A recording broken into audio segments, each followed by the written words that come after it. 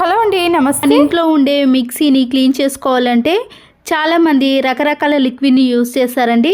అలాంటిది ఏది అవసరం లేకుండా ఒక నిమిషంలో మిక్సీని క్లీన్ చేసుకోవాలంటే వెనిగర్ ఉంటే చాలు. చాలా తక్కువ టైంలో ఈజీగా మిక్సీని క్లీన్ చేసుకోవచ్చు. చూసారు కదండి, మిక్సీ అనేది ఇలా పూర్తిగా జిడ్డు పట్టేసింది. దీన్ని క్లీన్ చేసుకోవడానికి నేను ఇక్కడ ముందుగానే వెనిగర్ని మిక్సీ లోపట వేసేయండి. ఇలా వేయటం వలన త్వరగా నానిపోతుందండి. క్లీన్ చేసుకోవడం కూడా చాలా సులభం అవుతుంది.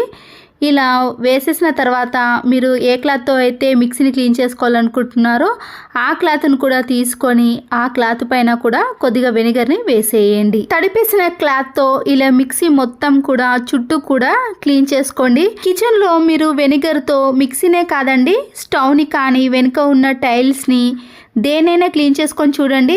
ఆ ప్లేస్లో బొద్దింకలు అనేవి అస్సలకే రావండి. ఎందుకంటే ఈ ఘాటైన స్మెల్కి బొద్దింకలు అనేవి పారిపోతాయి. స్క్రబ్బర్ పెట్టి రుద్దాల్సిన పని కూడా లేదండి. క్లాత్తో ఇలా అప్లై చేసే చూసారు కదండి, నీట్గా అయిపోయింది. తర్వాత నేను ఇక్కడ మిక్సీ లోపల క్లీన్ చేసుకోవడానికి ఒక పాడైపోయిన టూత్ బ్రష్ని తీసుకొని వెనిగర్ ఆల్రెడీ వేసాం కాబట్టి పూర్తిగా నానిపోతుందండి. తర్వాత బ్రష్తో ఇలా క్లీన్ చేసుకుంటే సరిపోతుంది. తర్వాత క్లాత్ని తీసుకొని ఇదే ప్లేస్లో ఇలా చిన్న చిన్న స్పేస్లో మనము క్లాత్ పెట్టి క్లీన్ చేసుకున్నాం అనుకోండి, మరకలు అనేవి పూర్తిగా తొలగిపోతాయి. ఇదే క్లాత్ పైన కొద్దిగా వెనిగర్ని వేసుకున్నాక వైర్ ఉంది కదండి, ఈ వైర్ని కూడా ఇదే క్లాత్తో క్లీన్ చేసుకోండి. చూడండి, ఎక్కడ కూడా మరకలు లేకుండా ఈ మిక్సీ అనేది చాలా నీట్గా కనబడుతుంది కదండి. మా మిక్సీ అయితే బ్లాక్ కాబట్టి మీకు మరకలు అంత బాగా కనిపించలేవు, కానీ వైట్ మిక్సీ మీద కానీ వేరే కలర్ మీద అయితే మరకలు అనేవి చాలా బాగా కనబడతాయి. అప్పుడు మీరు వెనిగర్తో క్లీన్ చేసుకొని చూడండి, మీకే అర్థమవుతుంది. దేవుని గదిలో మ్యాచ్ బాక్స్ ని యూజ్ చేసినప్పుడు ఆయిల్ అంతా కూడా ఇలా అంటుకొని ఈ స్టిక్స్ అనేవి అస్సలకే వెలగవండి. పుల్లలన్నీ కూడా చాలా వేస్ట్ అయిపోతాయి కదా. మీ ఇంట్లో ఉండే వ్యాజ్లన్నీ కొద్దిగా తీసుకొని ఈ స్టిక్స్కి అప్లై చేశారనుకోండి, ఎంత ఆయిల్ అంటినా కానీ లేదా వర్షాకాలంలో తేమ వల్ల కూడా ఈ స్టిక్స్ అనేవి వెలగవు కదండి, ఇదైతే ఖచ్చితంగా వెలుగుతుందండి. వ్యాజ్లైన్ అప్లై చేసినాక ఈ అగ్గి పుల్లలు అనేవి వేస్ట్ కాకుండా ఉంటాయి. నచ్చితే లైక్ చేయండి. సరుకులు తీసుకున్న కవర్ కానీ ఇలా కూరగాయలు తీసుకున్న కవర్లో మనము ఏదైనా తెచ్చుకున్నప్పుడు దానికి ముడిపడింది అనుకోండి, హెయిర్ ఫ్లక్కర్ని తీసుకొని దాని చివరి కొన భాగాన్ని ఇలా ముడిపడ్డ దాంట్లో పెట్టేసామనుకోండి, ఈజీగా కవర్ అనేది వచ్చేసింది. అప్పుడు కవర్ కూడా వేస్ట్ కాకుండా యూజ్ చేసుకోవచ్చు. ఫ్రూట్స్ తీసుకున్నప్పుడు ఇలాంటి నెట్టెడ్ బ్యాగ్స్ వస్తాయి కదండి, దాన్ని వేస్ట్ అని పడేసాం కానీ చాలా రకాలుగా యూజ్ చేసుకోవచ్చు. నెట్టెడ్ బ్యాగ్ని ఇలా వీడియోలో చూపించిన మాదిరిగా రౌండ్గా మలుచుకున్న తర్వాత ఇలా 2-3 మడతలు పెట్టేసుకొని మనము చేత్తో గట్టిగా ప్రెస్ చేసామనుకోండి, ఆ మడతలు అనేవి పోకుండా ఉంటాయి. ఇలాంటి నెట్టెడ్ బ్యాగ్ని తీసుకొని మన ఇంట్లో ఉండే వాష్ బేసిన్ని కానీ సింక్ని కానీ కిచెన్లో వెనుక ఉండే టైల్స్ని కానీ క్లీన్ చేసుకున్నారనుకోండి, ఎలాంటి జిడ్డు మరకలైనా సరేనండి చాలా ఈజీగా తొలగిపోతాయి. అంతేకాదండి, మీరు కిచెన్లో స్క్రబ్బర్కు బదులుగా గిన్నెలు తోమడానికి ఇలాంటి నెట్టెడ్ బ్యాగ్ని కూడా యూజ్ చేసుకోవచ్చు. టీ కాఫీలు తాగే ఇలాంటి పేపర్ కప్స్ ఉంటాయి కదండి, ఒక పేపర్ కప్ని తీసుకున్నాను. పైన ఉండే రింగును మాత్రమే కట్ చేసుకోవాలి. ఇలా కట్ చేసుకున్న ఈ రింగును పక్కన పెట్టేసుకున్నాక ఈ పేపర్ కప్పును ఇలా వీడియోలో చూపించిన మాదిరిగా పైన మలుచుకొని తర్వాత సైడ్లో కూడా మలుచుకున్నాం అనుకోండి, నీట్గా ఉంటుంది. అప్పుడు ఈ పేపర్ కప్ అనేది ఇలా ఓపెన్ కాదండి. చూసారు కదండి, నీట్గా ఉంది కదా. తర్వాత మనము ఇలా కట్ చేసుకున్న రింగును ఒక సైడ్ మాత్రమే కట్ చేసుకొని ఇలా పేపర్ కప్పుకు అతికించేసుకోవాలి. నేనైతే ఇక్కడ వైట్ ప్లాస్టర్తో అతికించేసానండి. మీరు గ్లూ గమ్ కానీ ఫెవికల్ కానీ ఏదైనా యూజ్ చేయవచ్చు. చూడండి, అందమైన చిన్న బుట్టి అనేది రెడీ అయిపోయింది కదా. దీంట్లో పిల్లలకు సంబంధించిన చిన్న చిన్న చాక్లెట్స్ కానీ లేదా మన ఇంట్లో ఉండే చిన్న చిన్న పిన్స్ కానీ హెయిర్ పిన్స్ కానీ లేదా చిన్న చిన్న మేకులు ఉంటాయి కదండి, అలాంటి వాటినైనా కూడా ఇలా పేపర్ కప్లో వేసుకొని ఒక దగ్గర పెట్టేసామనుకోండి, చాలా నీట్గా ఉంటాయి. అన్నీ ఒకే దగ్గర ఉంటాయి కాబట్టి వెతకాల్సిన పని కూడా ఉండదు. నచ్చితే తప్పకుండా ఒక లైక్ చేయండి. మరొక యూస్ఫుల్ టిప్, చాలా రకాల షాపింగ్ మాల్ బ్యాగ్స్ ఉంటాయి కదండి, వాటిని ఒక్కొక్కసారి ఎలా మడత పెట్టినా కూడా స్పేస్ అనేది చాలా ఎక్కువగా తీసుకుంటుంది. షాపింగ్ మాల్ బ్యాగ్ని తీసుకొని ఇలా నిలువులో 2 మడతలుగా మలుచుకోవాలి. కింది నుంచి కూడా ఇలా 2-3 మడతలుగా, మీకు చిన్నగా కావాలంటే చిన్నగా, మామూలు సైజులో కావాలంటే ఎలా కావాలంటే అలా ఇలా నిలువులో మలుచుకున్నాక పట్టుకునే హ్యాండిల్స్ ఉన్నాయి కదండి, ఆ హ్యాండిల్స్ని ఇలా మడత పెట్టుకున్న బ్యాగుకు వేసామనుకోండి, మడత అనేది చెరిగిపోకుండా నీట్గా స్పేస్ కూడా చాలా తక్కువగా తీసుకుంటుంది. ఎన్ని బ్యాగులు ఉన్నా కూడా నీట్గా మడత పెట్టుకోవచ్చు. వాషింగ్ మిషన్ ట్యాప్స్ కానీ ఎలాంటి ట్యాప్స్ అయినా సరేనండి, ముందుగా ఇలా ఓపెన్ చేసామనుకోండి, దాంట్లో డస్ట్ అనేది ఎక్కువగా ఉంటుంది. అప్పుడు వాషింగ్ మిషన్ కూడా త్వరగా పాడయ్యే అవకాశం ఉంటుంది. మనము అప్పుడప్పుడైనా ట్యాప్స్ని ఇలా క్లీన్ చేసుకున్నాం అనుకోండి, వాటర్ ప్రెషర్ ఎక్కువగా రావటమే కాకుండా ట్యాప్స్ కూడా చాలా నీట్గా ఉంటాయి. నచ్చితే ఒక లైక్ చేయండి. మాడిపోయిన గిన్నెలను క్లీన్ చేయాలంటే మన చేతులు అనేవి రుద్ది నొప్పి పెట్టేశాయి కదండి. అడుగంటిన పాల గిన్నెను కానీ, కర్రీ కానీ, రైస్ కానీ ఏదైనా సరేనండి, దాంట్లో ముందుగా ఇలా వాటర్ని వేసిన తర్వాత మీరు సర్ఫ్ని కానీ లిక్విడ్ని కానీ కొద్దిగా వేసి ఒక 2-3 మినిట్స్ పాటు బాగా వేడి చేయాలి. ఇలా హీట్ అవుతున్నప్పుడే కింద అడుగంటిన భాగం మొత్తం కూడా వాటర్లో కలిసిపోతుందండి. అప్పుడు మనము స్క్రబ్బర్ పెట్టి క్లీన్ చేసుకున్నాం అనుకోండి, రుద్ది క్లీన్ చేయాల్సిన పని కూడా ఉండదు. ఇలా మామూలుగా గిన్నెలు ఎలా క్లీన్ చేసుకుంటామో అలా క్లీన్ చేసుకుంటే చాలా నీట్గా అవటమే కాకుండా ఎలాంటి స్మెల్ కూడా అస్సలకే రాదు. డ్రెస్లు కానీ శారీస్ కానీ ఏవైనా సరేనండి, క్లాత్ పైన ఇలా మొత్తం దారాలన్నీ లేచినప్పుడు క్లాత్ అనేది త్వరగా పాడయ్యే అవకాశం ఉంటుంది. నీట్గా ఉన్న ఒక స్క్రబ్బర్ని తీసుకొని ఇలా క్లాత్ పైన 2-3 టైమ్స్ పాటు బాగా రబ్ చేసామనుకోండి, పైన ఉన్న దారపోగులన్నీ కూడా ఈ స్క్రబ్బర్కి వచ్చేసాయి. ఇలాంటి డ్రెస్లు కానీ శారీస్ కానీ వేసుకున్నాం అనుకోండి, మన బ్యాంగిల్స్ కన్నీ కూడా ఈ దారపోగులన్నీ కూడా తట్టుకొని ఇబ్బంది పెడతాయండి. ఇలా చేసిన తర్వాత చూడండి, డ్రెస్ కానీ శారీ కానీ చాలా నీట్గా ఉంటుంది. ప్రతిరోజు రైస్ని వండుకునేటప్పుడు ఇలా రైస్ని 2-3 టైమ్స్ బాగా వాష్ చేసాం కదండి. ముందుగా వాష్ చేసిన వాటర్ని ఇలా ఒక గిన్నెలోకి వేసుకున్నాక మన ఇంట్లో ఉండే టీ పొడి కానీ కాఫీ పొడి ఏదైనా పర్వాలేదండి, 1/2 టీ స్పూన్ వరకు ఈ బియ్యం వాటర్లో కలిపేసేయాలి. దీంతో పాటుగా 1/2 టీ స్పూన్ వరకు పసుపును కూడా వేసుకొని వీటిని బాగా మిక్స్ చేయాలి. 20 డేస్కి ఒకసారి కానీ 15 డేస్కి ఒకసారి ఈ వాటర్ని చెట్లకు వేసామనుకోండి, చెట్లు అనేవి చాలా గ్రోత్గా, ఎలాంటి పురుగు పట్టకుండా ఆకులు అనేవి ఇలా గ్రీనిష్గా, పూల చెట్లు కానీ షోకేస్గా పెంచుకునే చెట్లు ఏవైనా సరేనండి, ఇలా అద్భుతంగా పెరుగుతాయి. పెరుగు ప్యాకెట్లో నుంచి మనకి ఎంత కావాలనో అంతే యూస్ చేసిన తర్వాత ఇలా ఒక గిన్నెలో పెట్టుకొని కవర్ని ముడిచేసి ఫ్రిడ్జ్లో పెట్టేసామండి. కానీ ఒక్కొక్కసారి ఫ్రిడ్జ్లో అంతా పెరుగు వాసన కానీ ఫ్రిడ్జ్లో ఉండే వాసన అంతా కూడా ఇలా పెరుగుకు కూడా పట్టేస్తుంది. అప్పుడు మనము వేసుకున్నా కూడా స్మెల్ అనిపిస్తుంది. అలా స్మెల్ లేకుండా ఉండాలంటే ఇలా కట్ చేసిన వరకు మనము ఒక రబ్బర్ బ్యాండ్ను వేసి ఫ్రిడ్జ్లో స్టోర్ చేసుకున్నాం అనుకోండి, ఫ్రిడ్జ్ కానీ పెరుగు కానీ వాసన అస్సలకే ఉండదు.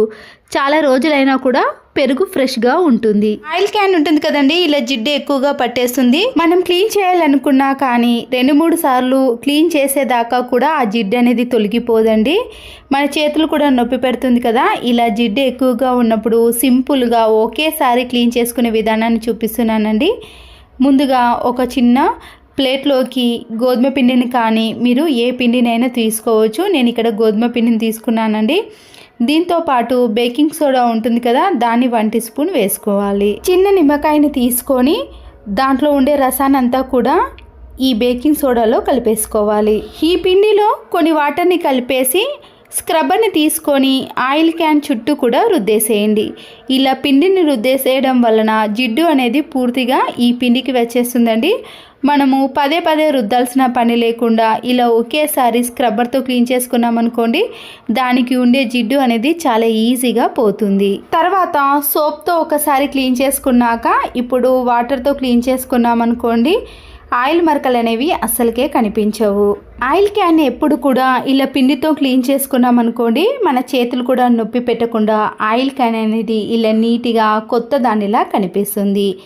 చూసారు కదండి, ఈ టిప్ నచ్చితే మాత్రం లైక్ చేయండి. కర్రీ కోసం మామూలుగా ఇలా పచ్చిమిర్చి తొడిమలు తీసి బాక్స్లో స్టోర్ చేసుకున్నా కానీ కర్రీలో వేసేటప్పుడు మన చేతులు అనేవి కారంగా అయ్యి పిల్లలకి తాకినా కానీ మన కళ్ళకి ఎక్కడైనా పెట్టుకున్నా కానీ మంటగా అనిపిస్తుంది. పచ్చిమిర్చిని తీసిన వెంటనే మన ఇంట్లో ఉండే ఏదైనా పేస్ట్ పర్వాలేదండి. ఇక్కడ కోల్గేట్ పేస్ట్ని ఇలా చేతికి అప్లై చేసి 2-3 సార్లు బాగా రుద్దేసిన తర్వాత వాటర్తో క్లీన్ చేసుకోవాలి. ఇలా క్లీన్ చేసుకోవటం వలన చేతులకు కారం అనేది అస్సలకే అనిపించదు. మనము సమ్మర్లో బాగా ఎండుమిర్చి తొడిమెలు తీసినప్పుడు కూడా ఈ టిప్ అనేది చాలా బాగా యూజ్ అవుతుంది. పువ్వులను మనము దేవుని గదిలో వాడటానికి ఇలా కొన్ని కానీ ఎక్కువగా తెచ్చుకున్నప్పుడు కానీ విడివిడి కనకాంబరాలు, మల్లెపూలు, ఏ పువ్వులైనా సరేనండి, మనము బాక్స్లో స్టోర్ చేసుకున్న, కవర్లో పెట్టుకున్నా కూడా త్వరగా రెక్కలు అనేవి రాలిపోయి నల్లగా తయారవుతాయి.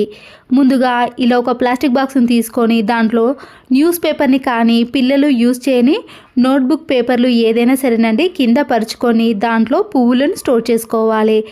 పైన మరొక న్యూస్ పేపర్ని కానీ ఇలాంటి పేపర్ని చించి అందులో వేసామనుకోండి, దాంట్లో ఉండే తడి అంతా కూడా ఈ పేపర్ అనేది అబ్జర్వ్ చేస్తుంది. అప్పుడు పువ్వులు ఎన్ని రోజులు మనము ఫ్రిడ్జ్లో స్టోర్ చేసుకున్నా కూడా ఫ్రెష్గా ఉంటాయి. గిన్నెలో కొన్ని వాటర్ని తీసుకొని వైట్ వెనిగర్ని ఒక 4-5 డ్రాప్స్ వరకు మాత్రమే వేసుకోవాలి.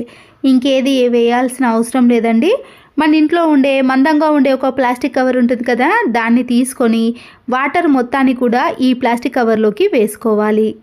ప్లాస్టిక్ కవర్లో ఉన్న వాటర్ని వాష్రూమ్లో ఉండే ట్యాప్స్ కానీ లేదా ఈ షవర్కి మనము ఈ ప్యాకెట్ని అలాగే కట్టేసామనుకోండి, తర్వాత ఒక 2-3 మినిట్స్ తర్వాత ఈ ముడిని తీసి ఈ కవర్ని బయటపడేయాలి.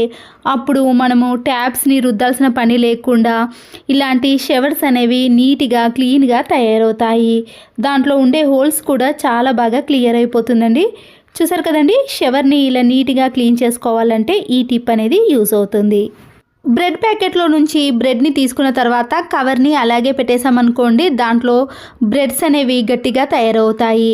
ఇలా మధ్యలోకి కవర్ని కట్ చేసి 2 ముడి గట్టిగా వేసేసి గాలి చొరబడకుండా పెట్టేసామనుకోండి, దాంట్లో ఉండే బ్రెడ్స్ అనేవి ఇలా మెత్తగా స్పాంజ్ మాదిరిగా ఉంటాయి. పాడైపోయిన నిమ్మకాయలు కానీ లేదా వేస్ట్గా ఉన్న నిమ్మకాయని తీసుకొని ఇలా హాఫ్గా కట్ చేసుకొని దానిపైన కొద్దిగా ఈనోని వేయండి. ఒకవేళ మీ దగ్గర ఈనో లేనప్పుడు బేకింగ్ సోడా కూడా వేసుకోవచ్చు. మన ఇంట్లో ఉండే వాష్ బేసిన్ కానీ సింక్ అనేది ఇలా నల్లగా జిడ్డుగా తయారైపోయినప్పుడు కొన్ని వాటర్ని వేసి సింక్ మొత్తాన్ని కూడా ఈ వాష్ బేసిన్ మొత్తాన్ని కూడా క్లీన్ చేసుకోవాలి. దీంతోటే మనము ట్యాప్స్ని క్లీన్ చేసుకున్నా కూడా చాలా నీట్గా క్లీన్గా తయారవుతాయి. అంతేకాదండి, ఎలాంటి బ్యాడ్ స్మెల్ కూడా రాదు. పికిల్స్ని మనము ఇంట్లో ప్రిపేర్ చేసినా కానీ బయట తెచ్చుకున్నప్పుడు దాంట్లో స్పూన్ వేసి అలాగే పెట్టేసామండి, ఒక్కొక్కసారి ఇలా అంచుల వెంబడి కానీ స్పూన్ మొత్తం కూడా నల్లగా తయారవుతుంది.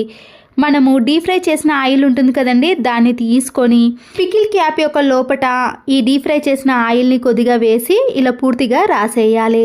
ఆ తర్వాత స్పూన్ పెట్టినప్పుడు కూడా మనం ముందుగానే ఈ స్పూన్కి ఇలా ఆయిల్ని అప్లై చేసి ఈ పికిల్లో వేసేసామనుకోండి, నల్లగా స్పూన్కి అంటకుండా ఉంటుంది. ఏ చట్నీ అయినా సరేనండి, ఇలా ముందుగానే మనము అప్లై చేసి అందులో వేసామనుకోండి, చట్నీ కూడా నల్లగా మారకుండా ఉంటుంది.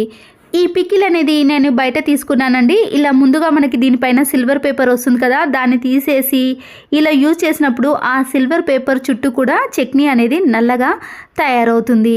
అది తీసేసిన వెంటనే ఇలా దాని చుట్టూ కూడా ఈ ఆయిల్ని అప్లై చేసామనుకోండి, పికిల్ అనేది చాలా ఫ్రెష్గా ఎన్ని రోజులు యూజ్ చేసినా కూడా ఎలాంటి స్మెల్ లేకుండా ఉంటుంది. స్టవ్ని ఆన్ చేసినప్పుడు ఒక్కొక్కసారి ఈ బర్నర్స్ చుట్టూ కూడా మంట అనేది ఎక్కువగా వస్తుందండి. దీనివల్ల గ్యాస్ అనేది కూడా వేస్ట్ అయిపోతుంది. మనకి 2 months రావాల్సింది కూడా 1.5 monthలోనే ఖాళీ అయిపోతుంది కదా. ఒక నెయిల్ పాలిష్ని తీసుకొని ఎక్కడైతే మంట ఎక్కువగా వస్తుందో దాని చుట్టూ కూడా ఈ బర్నర్స్ చుట్టూ నెయిల్ పాలిష్ని అప్లై చేయండి. ఇది పూర్తిగా ఆరిపోకముందే ఇలా తడితడిగా ఉన్నప్పుడే మనము గ్యాస్ స్టవ్కి పెట్టేసేయండి. ఇలా చేయటం వలన బర్నర్స్ చుట్టూ మంట అనేది ఎక్కువగా రాకుండా మనము రిపేర్ చేసుకోకుండా మన డబ్బులను కూడా ఆదా చేసుకోవచ్చు. శారీస్ తీసుకున్నప్పుడు కానీ ఏదైనా ఆన్లైన్లో ఆర్డర్ పెట్టినప్పుడు ఇలాంటి స్పాంజ్ది వస్తుంది కదండి, దాన్ని నేను ఇలా హాఫ్గా కట్ చేసుకుంటున్నాను. ఇప్పుడు ఈ 2 భాగాలకు మనము డబుల్ గమ్ టేపుని ఇలా కొద్దిగా కట్ చేసి ఈ స్పాంజ్ క్లాత్కి అతికించేసేయండి. ఇంట్లో బెడ్స్ అనేవి ఇలా ఒక గోడకు కానీ కార్నర్ కానీ వేసేసాం కదండి, మనము ప్రతిసారి జరపటం వలన అక్కడ గోడ అనేది ఇలా నల్లగా మారటం కానీ అచ్చులుగా పడటం కానీ జరుగుతూ ఉంటుంది. బెడ్ కింద ఏదైనా పడ్డప్పుడు తీసుకోవడానికి ఇలా మంచాన్ని జరుపుతూ ఉన్నప్పుడు అక్కడ గోడకు తగిలి గోడ అనేది నల్లగా మారటం, క్రాక్స్ పడటం లాంటివి జరుగుతూ ఉంటాయి. మనం కట్ చేసిన స్పాంజ్ ఉంది కదండి, ఎక్కడైతే తాకుతుందో గోడకు ఆ ప్లేస్లో వీటిని ఇలా బెడ్కి అతికించేసేయాలి. ఇలా అతికించడం వలన మనము ఎన్నిసార్లు జరిపినా కానీ లేదా పిల్లలు ఆడుకుంటూ జరుపుతున్నప్పుడు కూడా మంచం అనేది గోడకు తగలకుండా అక్కడ నల్లగా అచ్చులుగా మారకుండా నీట్గా ఉంటుంది. మరొక యూస్ఫుల్ టిప్ని కూడా చూసేయండి. మనము బిర్యానీ చేసుకున్నప్పుడు కానీ ఏదైనా ఆనియన్ కర్రీ వండుకునేటప్పుడు ఆనియన్స్ని ఎక్కువగా కట్ చేసి ఫ్రై చేసాం కదండి. ఇలా మనము ఎక్కువసేపు అలాగే పెట్టేసినా కూడా ఆనియన్స్ అనేవి త్వరగా ఫ్రై కాకుండా ఇలా మెత్తగానే ఉంటాయి. త్వరగా ఫ్రై అవ్వాలంటే కొద్దిగా సాల్ట్ని వేసి ఇలా ఆయిల్లో ఫ్రై చేసామనుకోండి, మూత పెట్టకపోయినా త్వరగా ఈ ఆయిల్లో ఫ్రై అయిపోతాయి. అప్పుడు మనకి గ్యాస్తో పాటు టైం కూడా చాలా సేవ్ అవుతుంది. పిల్లలకి షాపింగ్ మాల్లో నుంచి బట్టలు తెచ్చినప్పుడు సైజు కరెక్ట్గా ఉన్నా కానీ హ్యాండ్స్ అనేవి ఇలా పెద్దగా ఉంటాయి. అప్పుడు మనము ఇలా మలుచుకున్నాం అనుకోండి, చూడడానికి బాగుండదు కదా. ఇలా హ్యాండ్స్ పెద్దగా ఉన్నప్పుడు షర్ట్స్ కానీ డ్రెస్సులు ఏవైనా సరేనండి, ఇలా ఎంతవరకు కావాలనో అంతవరకు క్లాత్ని లోపటి వైపుకు మలుచుకోవాలి. ఇలా మలుచుకోవటం వలన డ్రెస్ అనేది కరెక్ట్గా కనిపిస్తుంది. హ్యాండ్స్ అనేవి పెద్దగా అనిపించదండి. మనము ఏ సైజులో కావాలనుకుంటే ఆ సైజులో మలుచుకోవచ్చు. స్టిచ్చింగ్ వేసే పని కూడా ఉండదు. మరొక యూస్ఫుల్ టిప్, అప్పడాలు అనేవి ఇలా మనము ఒక బాక్స్లో వేసి స్టోర్ చేసుకున్నా కూడా ఒక్కొక్కసారి గాలికి మెత్తబడిపోతాయండి. అప్పడాలు మనము ఆయిల్లో డీప్ ఫ్రై చేసినా కూడా మెత్తగానే ఉంటాయి. దీంట్లో కొన్ని మెంతులను వేసి డబ్బాని అలాగే పెట్టేసామనుకోండి, అప్పుడు అప్పడాలు అనేవి మెత్తబడిపోకుండా ఉంటాయి. ఎక్కువ కేజీలు తీసుకున్నప్పుడు పచ్చిమిర్చి అనేవి త్వరగా పండుబారటం కానీ ఇలా నల్లగా వక్కిపోవటం లాంటివి జరుగుతూ ఉంటాయండి. పచ్చిమిర్చి అనేది వేస్ట్ అయిపోతూ ఉంటాయి కదా. మనము పచ్చిమిర్చిని ఇలా తొడిమెలన్నీ తీసిన తర్వాత ముందుగా ఒక పొడి క్లాత్లో ఈ పచ్చిమిర్చికి ఉండే తడినంతా కూడా తీసేయాలి. ఎక్కడ కూడా తడి లేకుండా చూసుకున్న తర్వాత ఇంట్లో వంట నూనె ఉంటుంది కదండి, దాన్ని 1 స్పూన్ మాత్రమే తీసుకొని ఈ పచ్చిమిర్చి పైన వేసేయండి. ఇప్పుడు ఈ నూనె అంతా కూడా పచ్చిమిర్చికి పట్టే విధంగా ఇలా పూర్తిగా అప్లై చేయాలి.